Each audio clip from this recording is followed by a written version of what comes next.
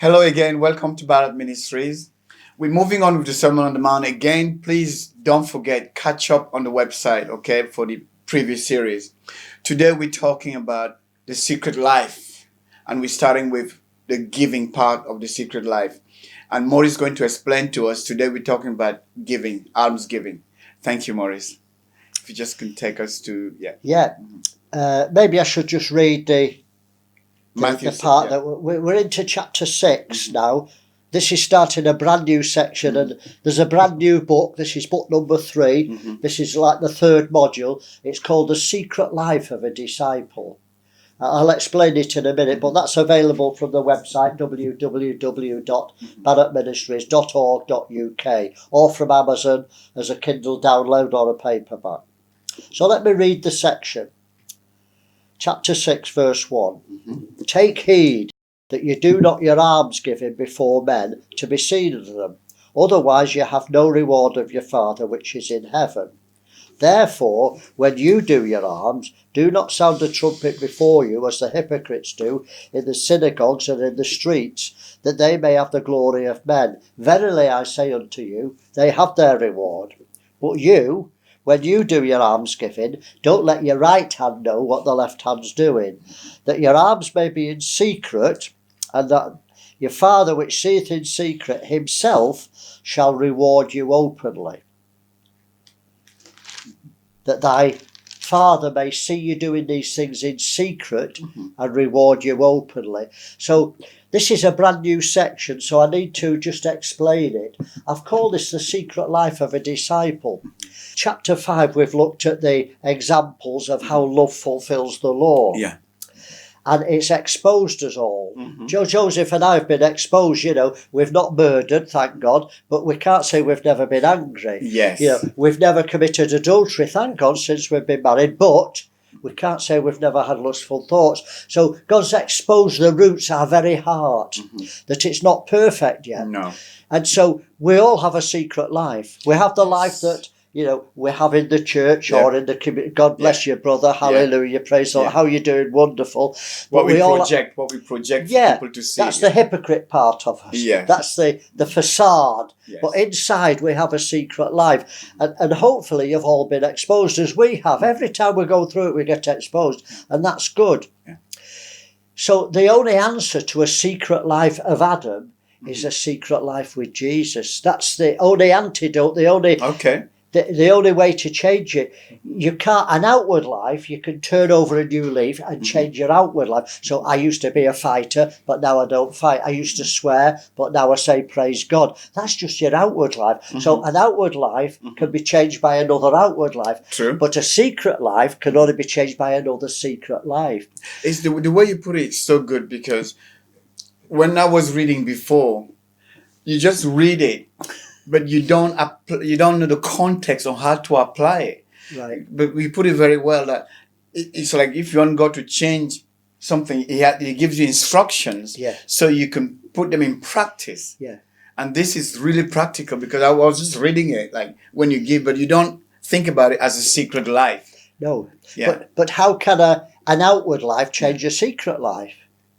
It can't work. So this is something that we can do. We can't change our character because I don't even know it. My heart's deceitful, desperately wicked. But these 3 things, and their almsgiving, prayer and fasting, all to do in secret, we can do that. An old lady who's 90 on a pension can fast. We're not talking about 40 days on water like Moses. No. They can do something. They can pray. They can give alms. So when you do what you can do, God will do what you can't do, and He'll change your heart.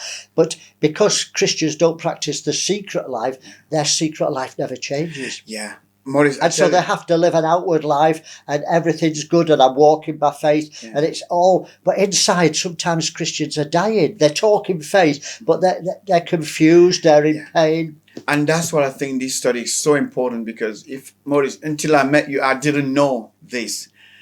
It's not that we don't want to do it, but there's not enough teachers, people who can teach this. So they know you need to practice this. Yes. Because a lot of people don't know it, Maurice. We just go on and we read on. So it's really good that we do this, honestly. Well, I've heard hundreds of sermons on prayer. Yeah. I've heard hundreds of sermons on fasting. I don't think I've heard one sermon in all my 50 years on almsgiving. Yes, there we go. So let's do it, man. So let's take a look at it. So first of all, verse 1, chapter 6, Jesus says, take heed. So that's a warning. We need to look at every word. And he says, watch out, be careful, take heed. What's he warning us about? That we lose our reward for doing good. Because it's good to give alms, it's good to pray, it's good to fast. But we lose our reward if we have the wrong motive. So it's all about motive. Am I doing it to please my Father in heaven? Or am I doing it to please my own ego? Or am I doing it to impress my friends? Yes. It's got to be in secret for God to give you the reward. So it's a warning, take heed. And why is it a secret? Well, I've explained that. Because it's just exposed our secret life of Adam. So this is another secret life. And to be honest, Joseph, our secret life is the only life that God looks. That's the real life. The outward life isn't your real life. That's an act. So it's what you do in secret. Yeah. When an actor goes on stage, and is a king or is a beggar or the woman's a queen or a prostitute, that's not the real life.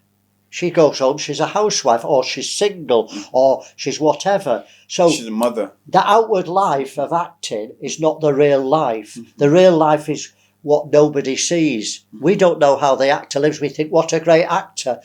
They could be in pain. They go and act as though they're happy. They come home, the husband's just left them.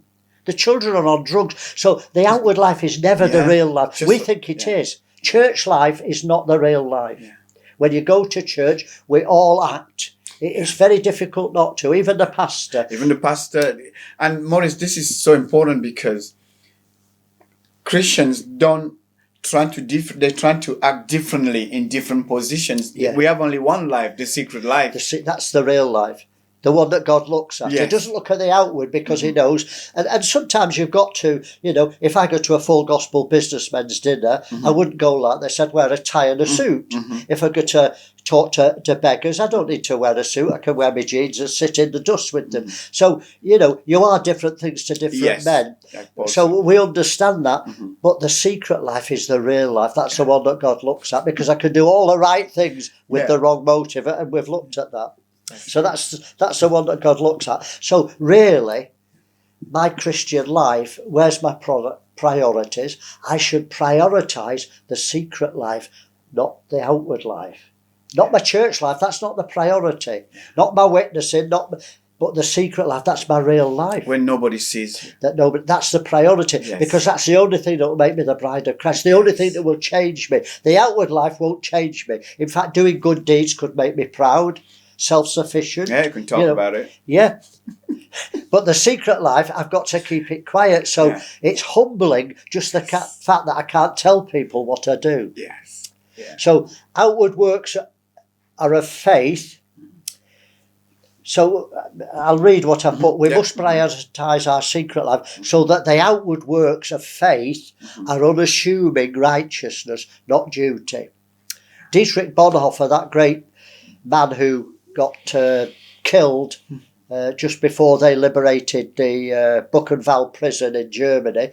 No, Buchenwald, I don't know whether it's Germany or Poland, but he was released. Hitler ordered him to be hung the day that they released the prison. Hitler hated him so much because he spoke out. And he said, the only life that's acceptable, the only righteousness that's acceptable to God is the unassuming righteousness, the one we don't know about. So people say, wow, Joseph, you're holy. And you say, who? Who are you talking about? Because we know what we're really like. And so they're seeing Jesus in you. They're not seeing Joseph. They're seeing Christ in you. And that's. I can't live the Christian life. Nobody can live the Christian life. Only Jesus can live the Christian life. But if I die and let Christ live his life through my body, people say, wow, Maurice is a good man. I say, no, he isn't. It's Jesus in me. That's the secret. We're hidden, we're dead. A dead man can't get praise. Do you think because he said that, he might have truly lived it, The secret life. Jesus. No. Yes. Because what's his name? Dietrich Bonhoeffer. How could he talk about it? People don't talk about these things. He might have seen the rewards of that. Yeah. And that, for me, you talked about humility being unassuming as well. Yeah. I believe really all these attributes, they are all unassuming in one way, because if you talk about it. But then Paul was beaten, shipwrecked, he wrote the letters from prison. This man was in prison. He wrote the book, The Cost of Discipleship, when he was in prison. You see, so these men knew about the secret. Yeah. He had no church. I don't even know whether he had a Bible in prison. He was just on his own in a prison cell, in a concentration camp, not a nice prison. And so he knew what he was talking about, Joseph. He had to practice the secret life. There was no other. In fact, the whole Sermon on the Mount, Maurice, I'm sorry to delay you. No. The whole Sermon on the Mount is about exposing the secret life. Yes. If we don't do it, I just believe your real Christianity starts in there, in secret. Yes. Because, otherwise, we're religious. Yeah, because humility, it's something people have to see. It's not something you talk about. You see, you can't show off anything. Honestly, God is really, really ruthless about the flesh. I remember saying that I'd seen something on Facebook, and this minister had put, it wasn't Maurice Barrett, that's me, but he said, like Maurice Barrett, a humble servant of God. I thought he's boasting about his humility. He's a proud man, he doesn't realise, but he says, I'm a humble servant. Why tell people? I know. So it's very subtle, and we've all fallen into it. So I'm not criticising, it's just where we're at. Yeah, because you don't realise, Maurice, you don't even realise. It's nothing to do with what you do outwardly. Yeah, or what I think of myself. Yes, it's all about inside, how you raise up your children within closed doors. And the funny thing, you said it before, when you were coming to my house before a long time ago when we did the series, you said to me, I've never forgotten, Joseph, you don't need to tell me anything. I just have to come to your house to see your character. And I thought, my goodness. So you see which color I like, you see how things are. Yeah. So that is such a challenge to the core. Yeah. Because you think your secret life, your private life behind closed doors, this is you. You don't want anybody.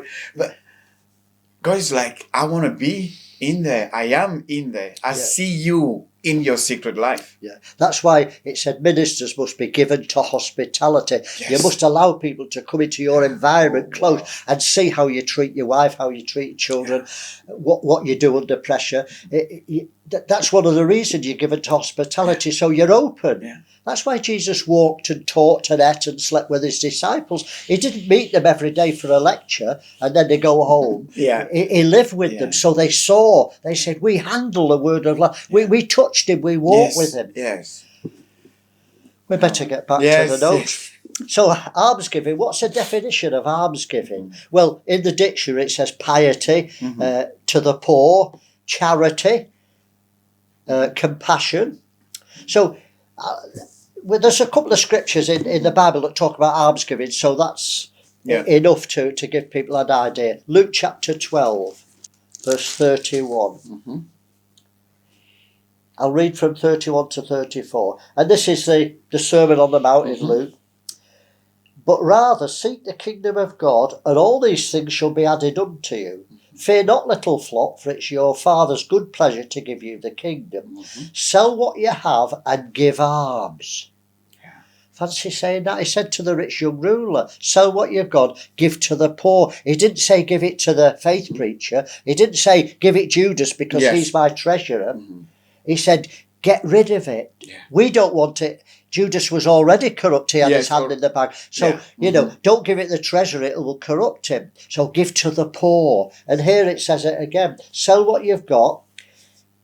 Give alms. Give to the poor. Provide for yourself bags which wax not old. A treasure in heaven. So he doesn't want us to be poor. He's saying give to the poor. Be generous. Sell what you've got. That.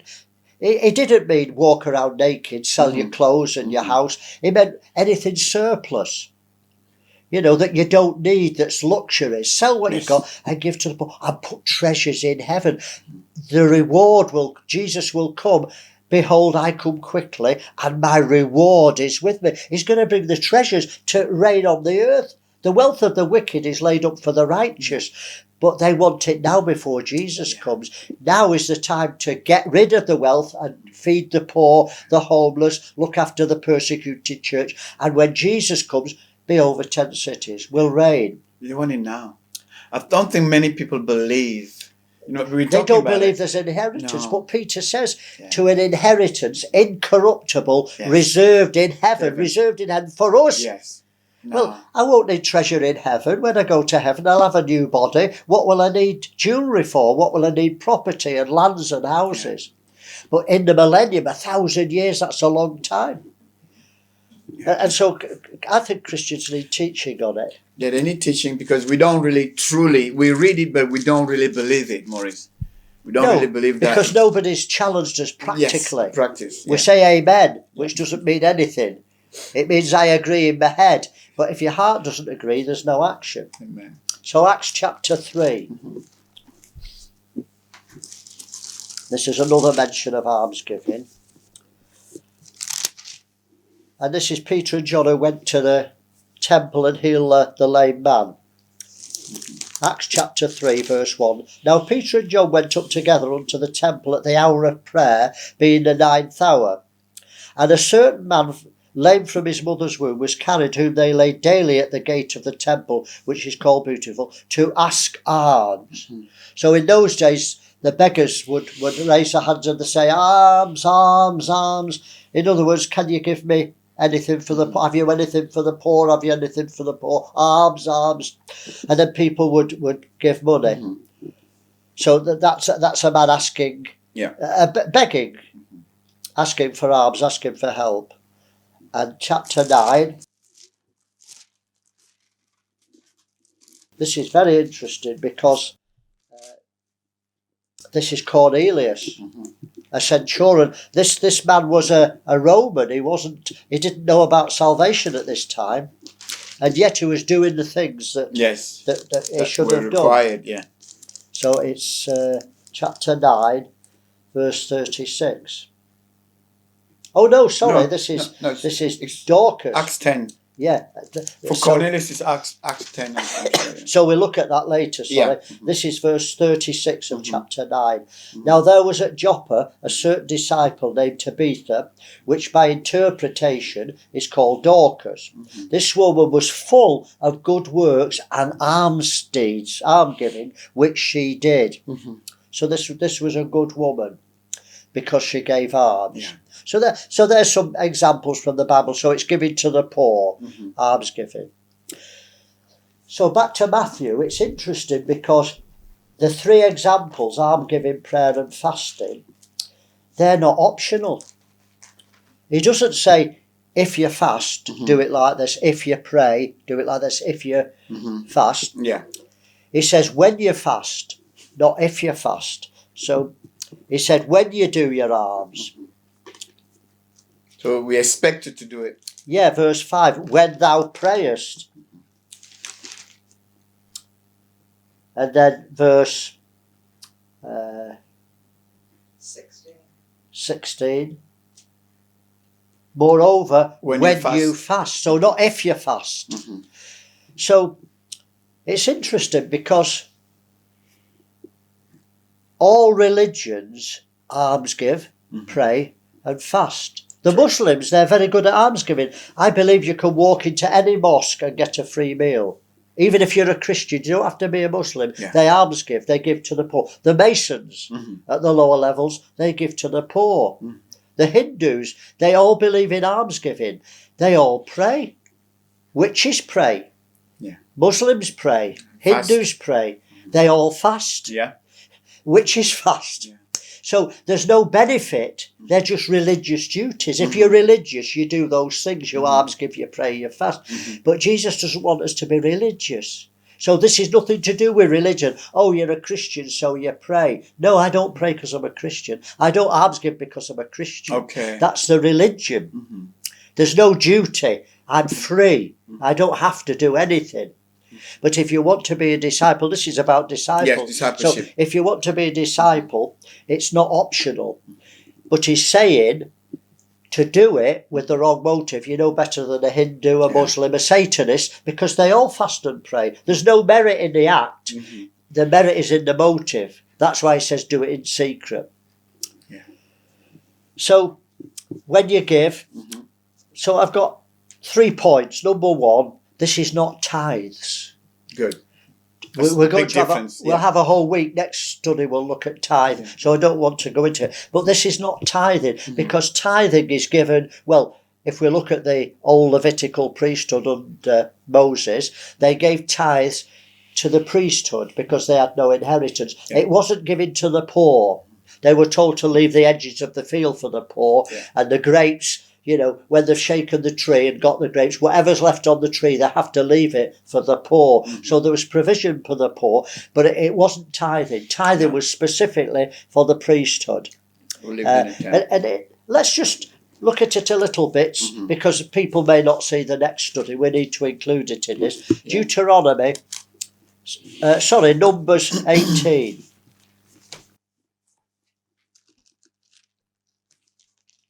This started with Abram. This is the first mention of tithing in the Bible. So this is before the law of Moses. And we can't use this and set a precedent and say, well, you know, tithing was before. This was a one-off. It doesn't say that Jacob gave tithes, or Isaac gave tithes, or Noah gave tithes. This is purely a one-off. Or the disciple gave tithes. Yeah, it doesn't say it. This is just Abram. Yeah. And it's a very interesting incident, because he gave tithes to Melchizedek, who was priest of the temple in heaven, not in earth. They already had kings in Jerusalem. Or Melchizedek was the priest of the temple in heaven, an eternal priesthood for an eternal temple. So we can't use it, but this is the first mention. Oh, sorry, this is not Abram. No, we know that it started with Abram. This is now in the law, Numbers. This is Moses' instructions now. Yeah, this is Moses' instructions. Verse 24, but the tithes of all the children of Israel, which they offer as a heave offering unto the Lord, I have given to the Levites to inherit. So the tithes were to the Levites. Therefore I have said unto them, among the children of Israel, they shall have no inheritance. Thus speak unto the Levites, and say to them, when you take of the children of Israel the tithe which I have given you from your inheritance, then ye shall offer up a heave offering of it for the Lord, even 1/10 part of the tithe. So even the priests, when they received the tithes, then they had to tithe the tithes. Yes. And that went to the high priest. So if you believe in tithing and you give 1/10 to the church should be giving 1/10 of that tithe to somewhere else, shouldn't they? I know. You tithe the tithe, you see. What you want to keep. It's almost hard to. I know we're going to go into it, because it's almost hard to apply it in these days, because the Levites lived in a temple. They didn't have any full-time jobs. They didn't have anything except serving God. So it was normal for the people to do that, and it was an instruction anyway. Hebrews chapter 7 talks about it a lot. Yes, really. So I'm happy that we can. Well, it's not only difficult to put it into today's context; it's impossible. Exactly, because there's no priesthood. But we'll look at that. Yes, it will really help. Deuteronomy 26. Yeah, it will really help. So there's lots of scriptures we'll look at. These are just so people understand it's not tithing. We'll look at it next study. 26. The interesting thing is the tithes had to be brought every 3 years, not every week, not every month, every 3 years. And they had to take it to the temple in Jerusalem. They couldn't. We'll look at it next week. I know. Verse 12 of chapter topic. 26. Yeah. When thou hast made an end of tithing, all the tithes of your increase, the 3rd year, which is the year of tithing, and have given it to the Levites, the stranger, the fathers, and the widow, that they may eat within thy gates and be filled. So there it's a bit further. It says the tithes were for the Levites, the stranger, the fatherless, and the widows. So it includes almsgiving in the tithes. We better not say any more about that, because we'll get into it next week. As it happens, just so people know, there is no directive, there's no instructions on tithing in all the New Testament. All the letters to the churches, there's no mention of tithing. So it says feed the poor, do good, but no mention of tithing, because it's part of the ordinances that are done away with. No, it will all be clear because we have scriptures to back that up. Yeah. So, number one, it's not tithing. Almsgiving is not tithing. Number two, it's not gifts of free will offerings. You know, the church say, well, you've got to give your tithes. That's your duty. You don't have a choice. You know, that's... But then when you've given your tithe, now you must give a free will offering. You've not even given anything till you've given your tithe, because that's your duty. Now, out of your own generosity, you've got to give a free will offering.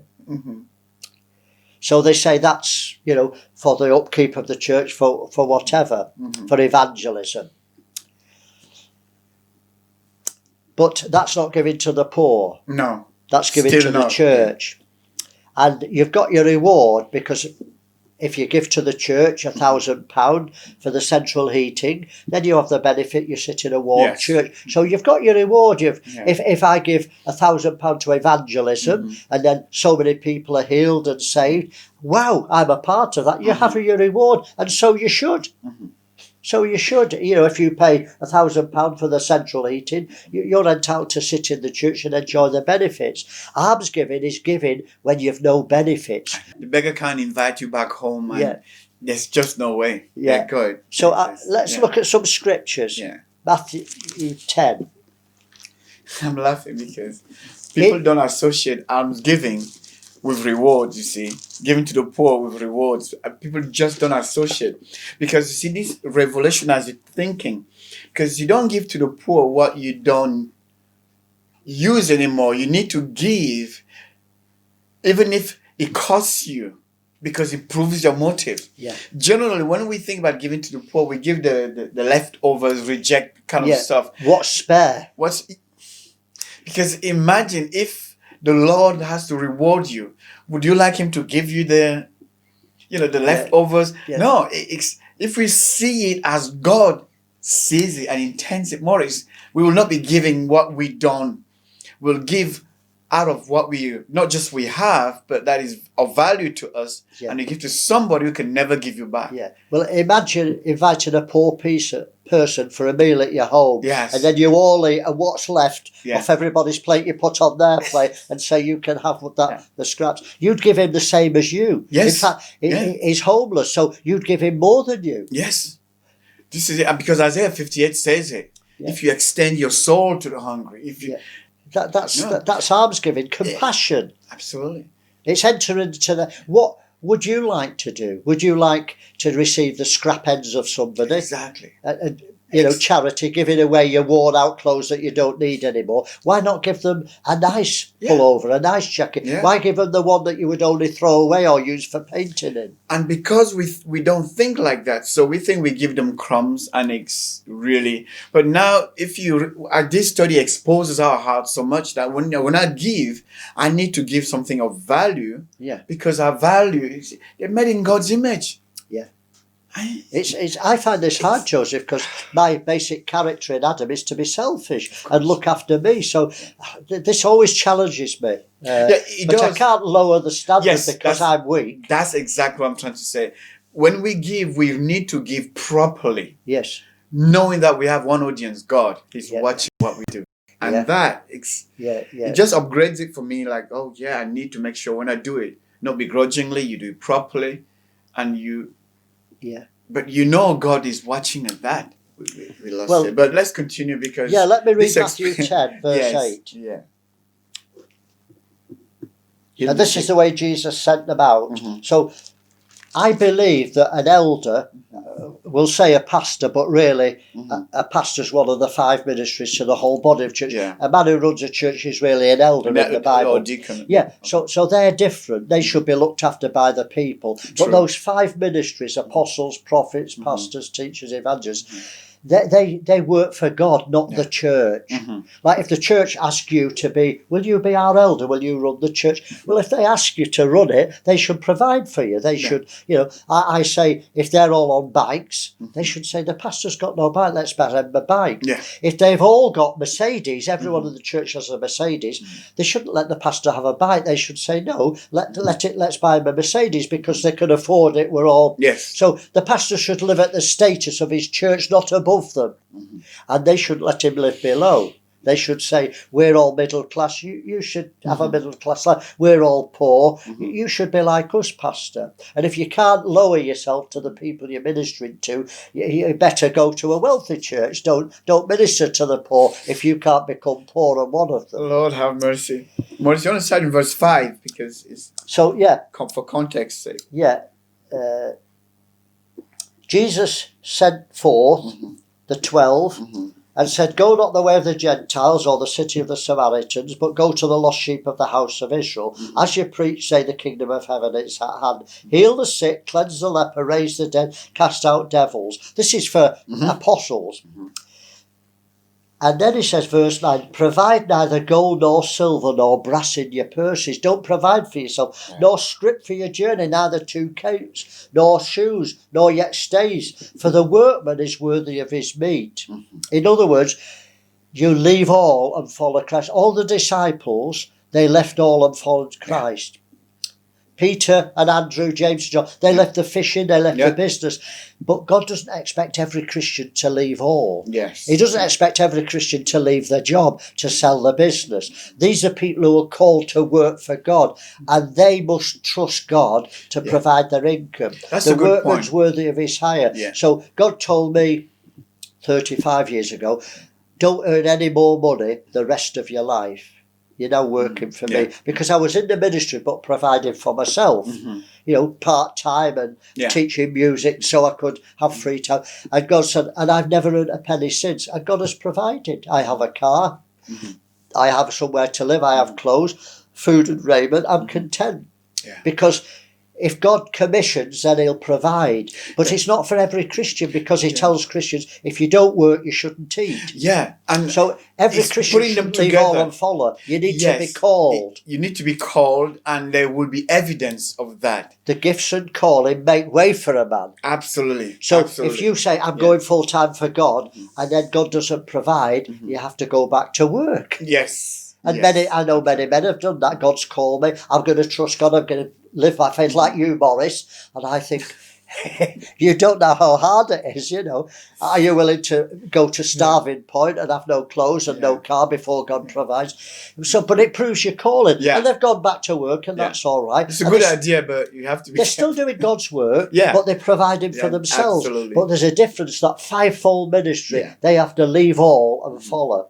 So it's good because it frees some Christian. It frees them from the copying somebody else. You can't do it. Then, you'll fall flat on your face. You can't act out like that. And even before the time, I remember my dad, who I think was an apostle of the 20th century, he thought, I'm going full-time for God. And he had a call on his life, and he went full-time for God. And God didn't provide. And he was starving. He had to go back to his boss and beg for his job back. And the boss was gracious. He said, you can have it back. And then later, God said, now's the time. And he left, and God provided him the rest of his life. He never earned any more money. I mean, he had a church, and they provided for him. But he went on crusades, and he never charged them for it. And he's a good example for me. It is a good example. And not only that, because it humbles him, even to go back to the boss, but because God is looking at all of that. He's looking at what's in your heart. Are you going to continue, even though it's all of that? I think God is working in the man, and he's trying our motives with these studies, Maurice. This is really good for me. It's good. So you finished. So I think apostles, evangelists, that they're independent of the church. God provides for them. It may be through a church, it may be through individuals, but they don't need to beg. They don't need to ask for money because they're separate. They've left all to follow God, and God will look after them. The ravens will come and feed you. You know, the pot of oil will never run down. But they're rare. There's for the fivefold ministry. Most people should go to work, earn the living, and give generously. Matthew 19. Maurice, you know, when you talk about the ravens and all that, I just believe you're trying to say it's a supernatural lifestyle. Well, we've got so many testimonies of how God provided supernaturally. This is what we're talking about. This is what you're implying, really. Supernaturally finding money. That wasn't there. And amazing things. 19, yeah? Yeah, Matthew 19, 21 to 23. This is the rich young ruler. He asked how to have eternal life. Jesus told him. And the young man, verse 20, the young man said unto him, all these things have I kept from my youth up. What do I lack? Is there any more? So he was a follower, and he was doing it. He had eternal life. And Jesus said, if you want to be perfect, if you want to be mature, go and sell what you have and give to the poor, not give to my ministry. Jesus never asked for money for his ministry, neither did Paul, neither Peter or James. Give to the poor and you'll have treasure in heaven, and come and follow me if you want to be perfect. And he couldn't do it. But he went away sorrowful. He was sad because he'd been challenged higher than he could do. Because he had great possessions. He had great possessions. And to be honest, Joseph, there's a big difference. If I'm a multimillionaire and I've taken 40 years to build my business, I've got my home, I'm stable, I've got my inheritance for my children, I've got my pension, everything's there, and God says, leave all and follow me. Bigger the test. Bigger test. If I'm on the dole and I'm single and I've got no responsibilities and I only own the clothes that I'm wearing, and Jesus says, leave all and follow me. Wow, it's a blessing. Absolutely. It's so easy. So often riches, Jesus said how hard for a rich man to enter the kingdom. It's not hard for a rich man to be saved. It's as easy for a rich man to be saved as a poor man. There's no difference. But to enter the kingdom, you have to leave all and follow him. So it's difficult. So Matthew 19, verse 21, 23, we've read that, haven't we? Yes, we just did, Yeah. So 2 Corinthians 8. Paul never asked for himself. Paul asked for money. He asked the churches for money. Yeah, for the poor churches. But not for himself. So let's just read it. 2 Corinthians chapter 8. Verse 4. Well, I'll read from verse 1.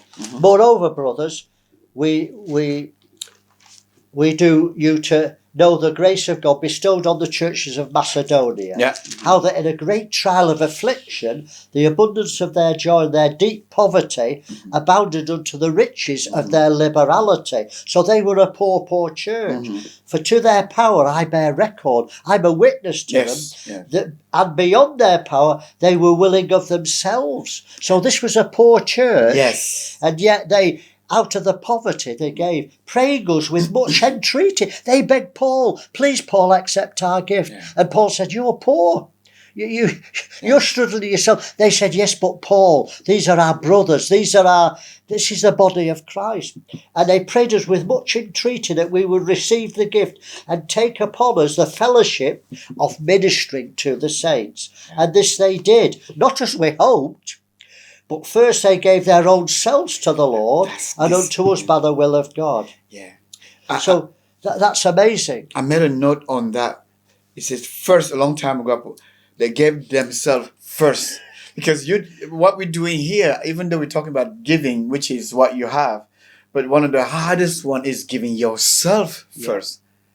They just didn't give what they had, but go ahead. They didn't give begrudgingly. You see, they could give, but they didn't give themselves. They didn't, So they gave themselves. They did it willingly. They entreated Paul when Paul said, you're poor. Let me get it off another church. No, we want to give it. This poor church. So this is Christianity. This is real. You give yourself first. And then out of your poverty, they gave. I'm amazed. When Joni and I go to Africa, we're embarrassed.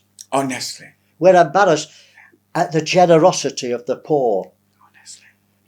Because you go into a house and there's 5 children, and we say, oh, you've got 5 children. No, I've only got 2. Well, whose are these others? We've adopted them. Yeah. And they're poor. They have 1 room. They have no electricity, no running water. And they give you their beds. They give you. They embarrass us. You see, you keep saying people need to travel. Prosperity Yeah. hardens you. Yes. We're so. Oh yeah. You think that in the West we're rich, so we would be generous, but we're the opposite. Look after the poor. We're utterly selfish in the West, Joseph. And you want more and more and more. Yeah. And you know, I'm sorry, we can't accommodate you. We haven't got a spare room. In Africa, they would sleep on the floor and give you the 1 bed. The first time we went to Nigeria, the man gave us the only bed in the house. His wife and himself and his 2 children slept in the same bed. They give us their bed. They slept on the floor. There was a concrete floor with a thin carpet, and they slept on the floor to give us the bed. What person in England would do that? Very rare. I know pastors who've done it. When I was in America, the pastor gave us the bedroom, and it was his bedroom. I came down early in the morning. He says, you can come and get a coffee. I came down early to get a coffee. I was embarrassed. This old man of 75 was asleep on the sofa. He'd give us his bed. And this pastor had been a missionary, and I revered him, and he was sleeping on the sofa and gave us his bed. Not, well, you can sleep on the bed. He gave us his bedroom, his personal bedroom. Space. And he slept, and this is an American, not African. So there are real people, Joseph, who will sacrifice. Amen. There's the scriptures. There's many more about giving, but Okay. Mm-hmm. so number 1, it's not tithes. Number 2, it's not gifts or free will offerings. Mm-hmm. Number 3, Christians often think it's a waste to give to the poor. Well, why should I give to the poor? They only waste it. It's to fund the drugs or the alcohol habit. We give excuses. So it's an excuse. And obviously, you know, if a man's an alcoholic, you're not going to give him enough money for him to kill himself with alcohol. But, you know, if you give a man, you know, enough to buy a pint of beer, a couple of pounds or something, that may stop him hitting an old lady over the head and stealing a purse. Yeah. Because if you've never had those cravings, if you've never been on drugs and had those cravings where you'll do anything to get it, not because you're wicked, but you've got this insatiable desire, you need it. And you would steal from somebody. Maybe you're stopping them stealing from an old lady. That's good to look at it like that. Who knows what you're doing? Yeah. And what would Jesus do? Mm-hmm. What happened with the Good Samaritan? It was his enemy. His enemy, and he fed him and clothed him and said, if it's any more money, I'll pay it. Don't spare. Don't spare. That's the heart of God. God sends his son on the just and the unjust. The deserving and the undeserving. Of course they don't deserve it. Why don't they get a job? Why are they poor? It doesn't matter. Why don't we say there, but for the grace of God go I? What if I had a nervous breakdown? What if my wife left me and I couldn't stand it, and I left home and I wandered the streets? Put yourself in their shoes. Have compassion. I know there's professional beggars and you have to sort that out. Yeah. But there's ways to give to the poor. It's not an excuse because there's professional beggars. Find some that are genuine. So perfection is given to the just or the unjust. Otherwise, we make God evil. Mm-hmm. Because God's character is to give indiscriminately. He's no respecter of persons. He doesn't judge them. If your enemy hunger, feed him. Your enemy. Yes. Never mind some poor person. Yeah. So by not doing it, we make God evil because he does it. And I don't think we think like that. We say God's got it wrong. Yeah. God shouldn't have given to that. Why should God bless that wicked man? Because he's God. We have to be like God. We can't make God like us. So we make God evil when we don't do it. So take heed, beware. Mm-hmm. It's natural to think of deeds and actions instead of our motive. Well, I need to do it. Yeah. It's hard to think of a motive. There's a great danger of doing our deeds to be seen of men. Yeah. Think about it, Joseph. If I do something bad, if I slip up and commit adultery, am I going to tell everyone? No. Am I going to say, oh, by the way, I committed adultery last night? I will keep that to myself. I will never tell you over 50 years, and hopefully I can be reconciled to her, and will keep it hidden. if I've given £10,000 Mm-hmm. to build an orphanage in Africa, I want to let people know. I don't want to keep it a secret.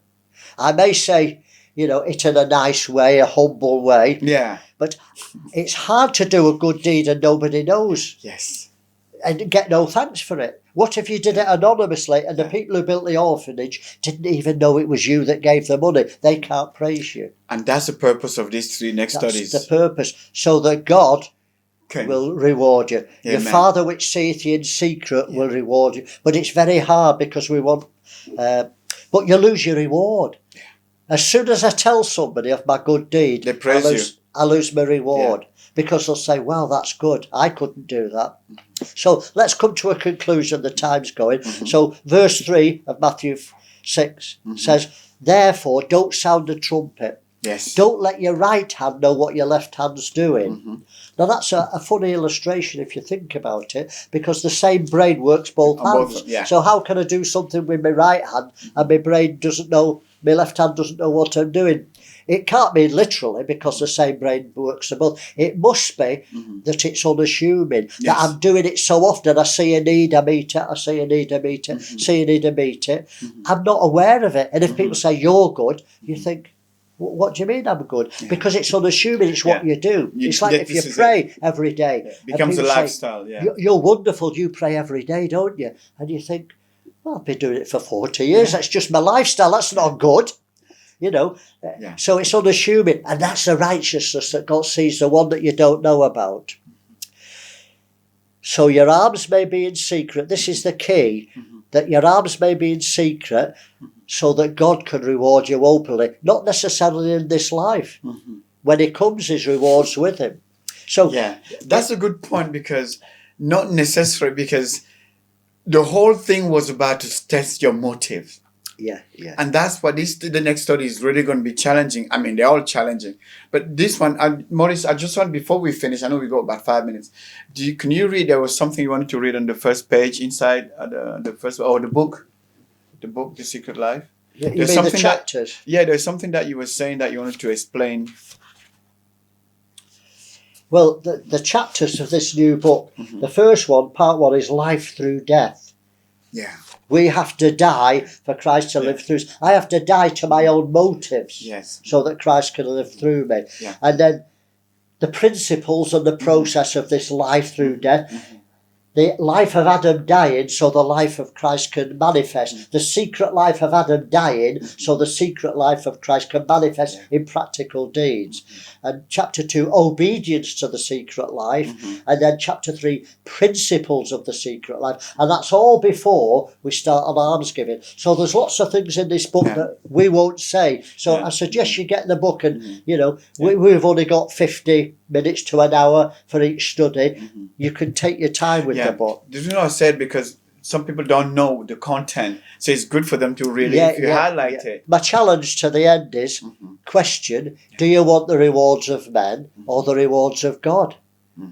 That's the bottom line. So I've got a couple of examples. Cornelius, we'll not look at it because of time. Acts chapter 10, verse 2. Yeah.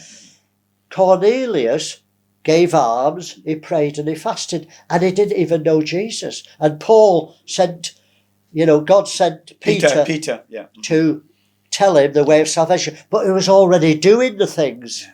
So they were acts of faith, although he didn't know it, they were unassuming. He didn't realise he was doing the very things because of his heart, not because of a religion. He wasn't Christian. He came to God's face. God saw it and he thought, no, we need to do something about it. Yeah, and so he sent Peter. So that's amazing. Amen. The other example is a practical one, and I've just made it up. If you hear this and you think, right, I should give alms, I know what I'm going to do. There's a widow in our street. I'm going to put £20 in an envelope every week, and I'm going to knock on her door and say, hello, Mrs. Smith. I'm from the local church, and we know that you're struggling. There's an envelope with £20 in. Every week I'm going to put £20 through your door to help with your groceries. I've almsgiven, I've obeyed, but I've not done it in secret. In secret. Because she's going to say, oh, thank you. And she'll tell all her neighbours, he's a real Christian, Yeah. He doesn't just talk it. Yeah. Every week he's giving me money. They're real Christians. Yes. So we And get they'll the be praise of God. expecting that as So well. I've alms give, but I've lost my reward. Yeah. God says, well, I don't need to reward you. But the way to do it is put £20 in the envelope, walk past the door and put the money in. And then she can't thank you. She opens the envelope and she says, wow, somebody's looking after me. Yeah. And then the next week she gets it, the next week, wow, I'm being looked after. Even if she doesn't know it's God. Yes. And God will reward you openly. Yeah. So it's not about the person, it's about your motives. It's about you. Because Yeah. people have said to me, well, how do you know she's got it? You put it through the door. What? She's got a dog called Fido. What if Fido eats the money?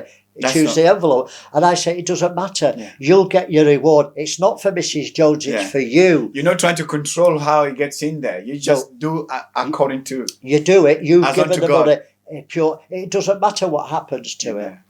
It's so that's almsgiving. You've got to find ways to stop you getting a reward. Yeah. And it's not always easy because, I can't always hide it from my wife. She can't always hide it from me if we do good deeds. But it's the motive.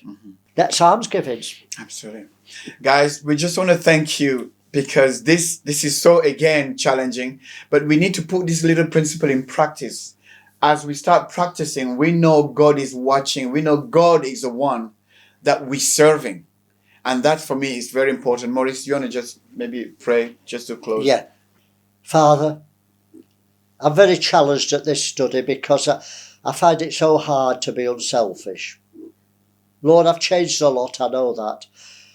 I've more compassion now than ever, Lord, but it seems so small when I compare myself with these illustrations in the Bible and the fact that you're looking for the secret motive. You're looking for the heart, not the action. Yes. I pray you'll help me, Lord, first of all.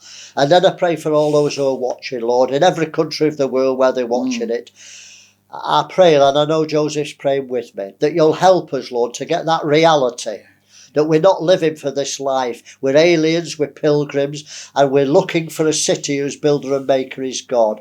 We're wanting that inheritance that's incorruptible, reserved in heaven, that Jesus will bring with him. Please help us, Lord.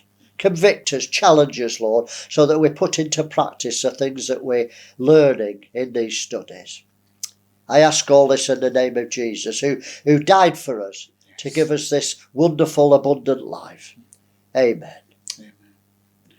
Thank you all. God bless you. Yeah. See you next week.